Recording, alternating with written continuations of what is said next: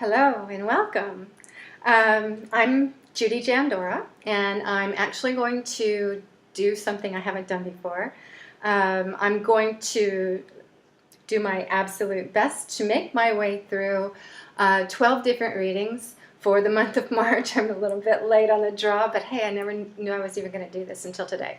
So, and I'm going to do it with two separate card decks, 5 cards each. This is what it looks like. This is upside down, so forgive me for doing that. The two over here are kind of like the general overall reading. It's the energy that is overall, and then each one of these sets is for each week, and I'm going to read them this way, each one of the separate decks separately, and then I'm going to bring them together and see what we've got. Now I might have to adjust that. Nope, that's good. And so we're doing this for the sign of Aries, the first sign of the zodiac. Might as well start out there. And we're doing it for the month of March 2016. Very, very powerful month in so many other ways, so many ways. Great change, I believe, this month, and I mean in a really deep way. I have not read these cards yet. I laid them out and tried through another forum to record this, and it didn't work, and then I just found this, so it's kind of perfect because it looks like it's hanging in there with me, which is beautiful, and that way I can go ahead and do a whole reading for you. So wish me well. I didn't know about this reading, the way of reading, actually, the layout, until about an hour ago. So this is really new for me. It's going to be interesting. So let's go ahead and get started. And again, thank you for joining me. And we'll see how this goes. All right, Aries, March 2016. What do we have here? So the first deck, and darn it, I was going to get, in fact, I'm going to do it. So hang in there. I know this is so unprofessional, but I'll be right back because I have to.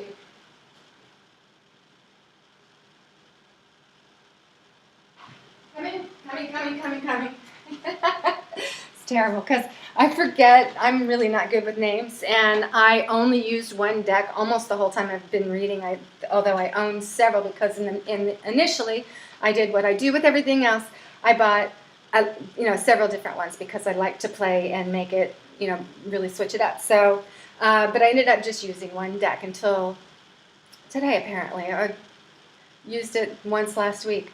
But anyway, it's the Morgan Greer deck. It's really, really gorgeous. That's the gnarled up box, which makes it look like I use it all the time, but that was an eBay buy. So anyway, this is what the backside of their cards look like. And that's really big, bright, kind of simplistic and interesting, kind of in your face.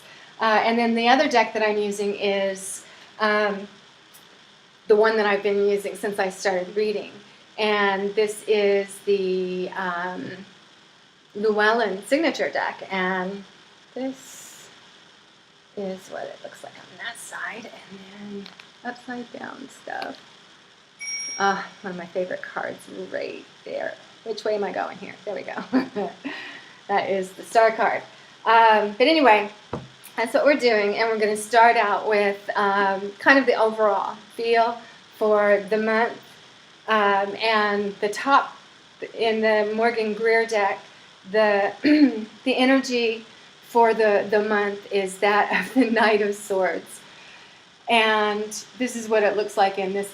It's kind of opposite, so yeah, I get confused. But this guy is usually depicted by a young stallion kind of guy, just head to toe in armor, and he's on the back of a horse, and it's going, bat out of hell. Towards the past, it looks like to me. So, and he's the guy who is, in this particular deck, he's different. He's more mature. He's getting close to his probably mid-40s, which is unusual for a knight. At least in tarot land for me so far. But this is a guy who is very virile and really interested in, let me see what's going on here. We're good still. Really interested in forging a new reality with thought, with mind, he is very mind oriented and young and virile. So there's a lot of kind of testosterone type of energy behind using the mind, which really has to be looked at and it has to be addressed, because the mind is wonderful and it's really good to use that and to do it in an unjaded way, which it can really be looked at that way. Because it typically means youth. This guy is older, so he it's possible that he has the jadedness, but I like the look on his face. It's kind of, he's got this really kind of cool little smile. Oops, backwards. There we go. He's got a sense of light in his eyes, and I dig that. And if that's his hair, I dig it even more. So Norse god kind of guy. So anyway, this is the energy of young, unjaded, powerful kind of movement into the future. It's a transition card, so lots of transition going on here, and it's a pretty powerful transition. So the next card we have, well, let's go to, no, I'll go ahead and read. I'll read each one fully and then go from the top to bottom, and we'll marry them up that way. All right, so the first week in the month for the Morgan Greer deck is depicted by the Moon card. And this deck is different than the other one in the way I'm going to read it, because the pictorial is different and it does have a unique sense to it. This is still, to me, a lot of people will read this differently, but to me, the moon, the full moon, is so illuminating. And it also gives you the opportunity to use your intuition, which is what the moon is, really about. A lot of people say, oh, it's so scary, you look in the darkness and all of that. Well, that's true. But you can look at it from the standpoint of being scared, or you can look at it from the standpoint of offering you the opportunity to turn up the dial on your intuition and reading your surroundings through the vibration that you are, that all is, and how much in alignment you are with that around you. So that's kind of what it gives. And the full moon, how much more help can you get at night, in the darkness, than the full moon? What a beautiful gift. So to me, this feels really good. There is potential for, falling into fear, but there's no reason for it other than you don't know that there's an option. And once you get the fact that there's an option, there's no going back. So you get to choose whatever you want to do. Sometimes it's a little bit difficult to make the transition that way, but I'm not feeling that right now. I'm really feeling a forceful, flowing energy that is moving through this, and I'm really liking it. So the next card for the second week in March for you Aries, that's a good one, is the Ace of Wands, or this one is called the Ace of Rods. And this is a very, very good card, very powerful card, and it's brand new beginnings, new ideas, new thoughts, well, not so much ideas or thoughts, although that comes along with it. This is passion. There's something that has ignited you at the beginning of the second week in March. Something will just absolutely ignite you. And that's amazing. It feels really strong and really uplifting, and there's a mystery behind it. And I love that. I love the mystery. And it's funny because I looked down to see if the other deck showed me what that mystery might be. But what it did was show me that there's a mystery, which is great. So, all right. Wow, this is cool. So the third week in the month will be depicted by, gosh, I've seen this card 4 times today in readings because I've been doing lots of different things today with cards. And I've seen it in the other deck. This is the 10 of Wands. This is feeling overwhelmed. It's the guy or gal who has so much passion, and it's like, oh, what am I going to do with this? It's like, is it going to burn me out? Can I hold on to it? Does it feel heavy? Or is this something that I can transform into something that I can just blow up into the air and it'll follow me? I like that. It's almost at that choice point where you decide, are you holding on to something that you don't need to hold on to, that you can actually transform? Because 10 is the number of like the one, the sun, the soul, having a very powerful, unique experience, not particularly attached to much of anything else. Very unique experience, and 10 and passion as well, just with the wands. Incredible passion and burning off of the old and growth of the new all at the same time. So this is about, it's like you're holding on to all of it when all of a sudden you realize it's already in you and you don't need to be, manhandling it. You can just let go and let it be in your field. It already is. This is just letting go of the physicality of the need to feel like you're carrying so much and being overwhelmed by it, So cool, it's transformation space right there. So that was the third week of March. And I'm trying to get her from kinking up because I see it. Anyway, Lord. So the fourth week, the last week in March for you Aries, has the 6 of Cups. Oh, this is interesting. So this is the 6 of Cups. Everything's backwards. This is making me balance. This is very cool. The 6 of Cups, they look like children, but they're not children. And they look like children in other decks, but this is like reminiscing.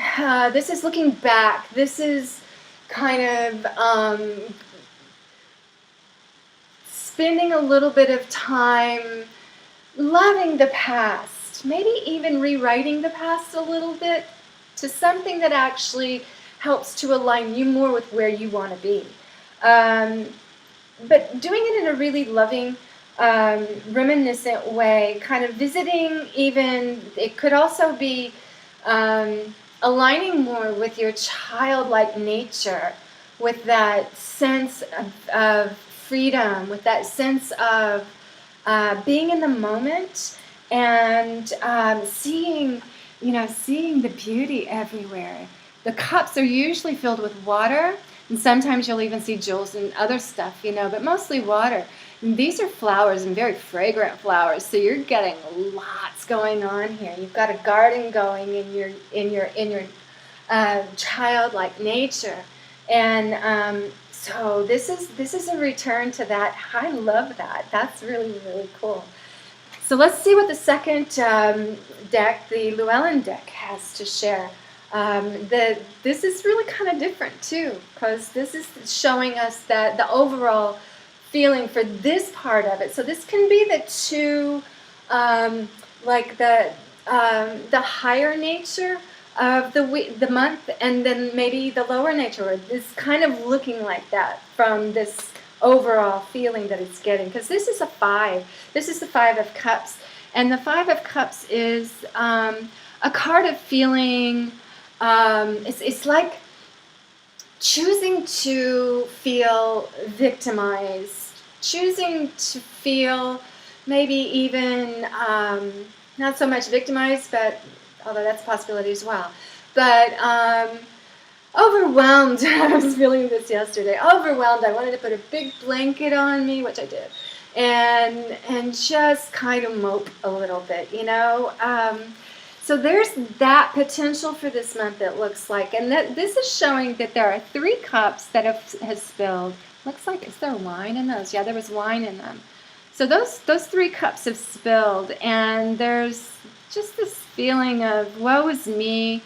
I don't even want to put on my clothes. I just want to kind of, just hang out and not even look behind me to see that there are 2 full cups that, I could have a really nice time enjoying that energy, but it just feels like, want to kind of mope a little bit. So there's an overall energy for the month with that. So this is almost like the yin-yang feeling, at least for those 2, because we had the Knight who's just all go, all virile, all, like, I'm going to make this happen. This is just a great, feeling of youthful, creative, really positive alignment. And we'll see what else this has. So the first week, and I might pull these together in this particular reading. That might work. That way we don't have to go over twice as long. Maybe we will anyway. But so the first week for this particular one is a Higher Arcana card. I have not even been doing the numbers. How interesting is that? Have I? Not much. And this one is the 12, and it's the Hanged Man. And for most of you, you know that the Hanged Man doesn't mean you're going to hang yourself, or that somebody's going to get hanged, or you're going to die, or anything like that. It's actually a time of great inward, not even exploration. It's really just an inward melding with oneness. It's a time to go in and, everything that you've been bringing in around you for this past however many, it feels like years for many of you.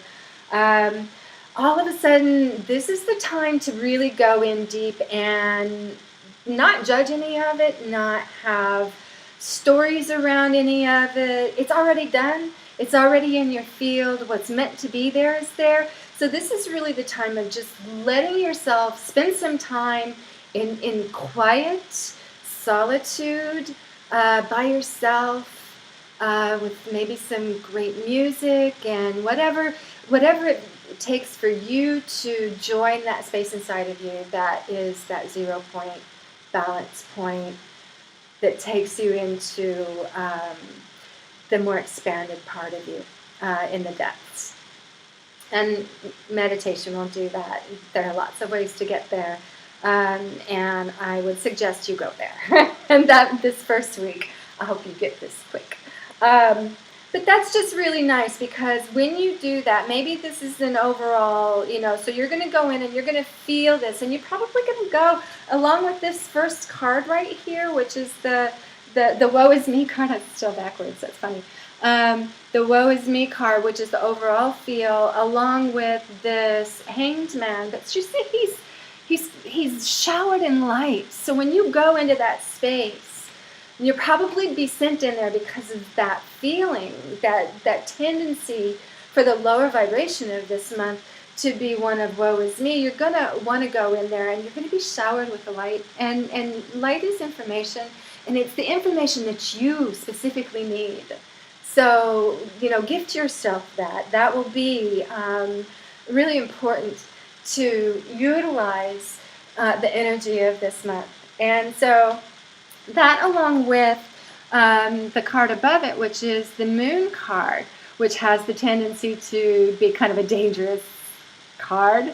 In its higher aspect, it is enlightening, and it gives you the opportunity to learn from your own intuition. And this is where you're going to engage that intuition, and where you're going to get the knowledge from the light in that first week.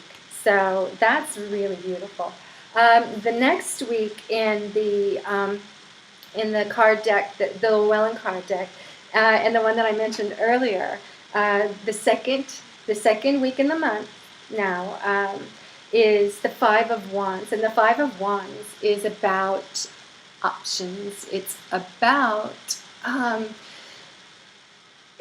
looking at choices, something that we're used to dividing things up and saying this is this and this is that. I think we're getting to a place, remember I said that this one was almost exactly like this one? And I was going to look for something. It's really wonderful. So this one, the second week, started out with the other card deck as new inspiration, new beginnings with real power behind it, real clarity, and really exciting as well. And without giving you what that is, the surprise kind of part of it. And this is about choices. Yet there's something about this that says it's almost the answer, which is great because I didn't think I was going to get an answer with this. So it almost feels like that. You take what feels right for you, though. You may actually get something completely on your own that doesn't have anything to do with what I'm saying, but I have a sense that this will touch everybody who's deciding to listen to this. Aries.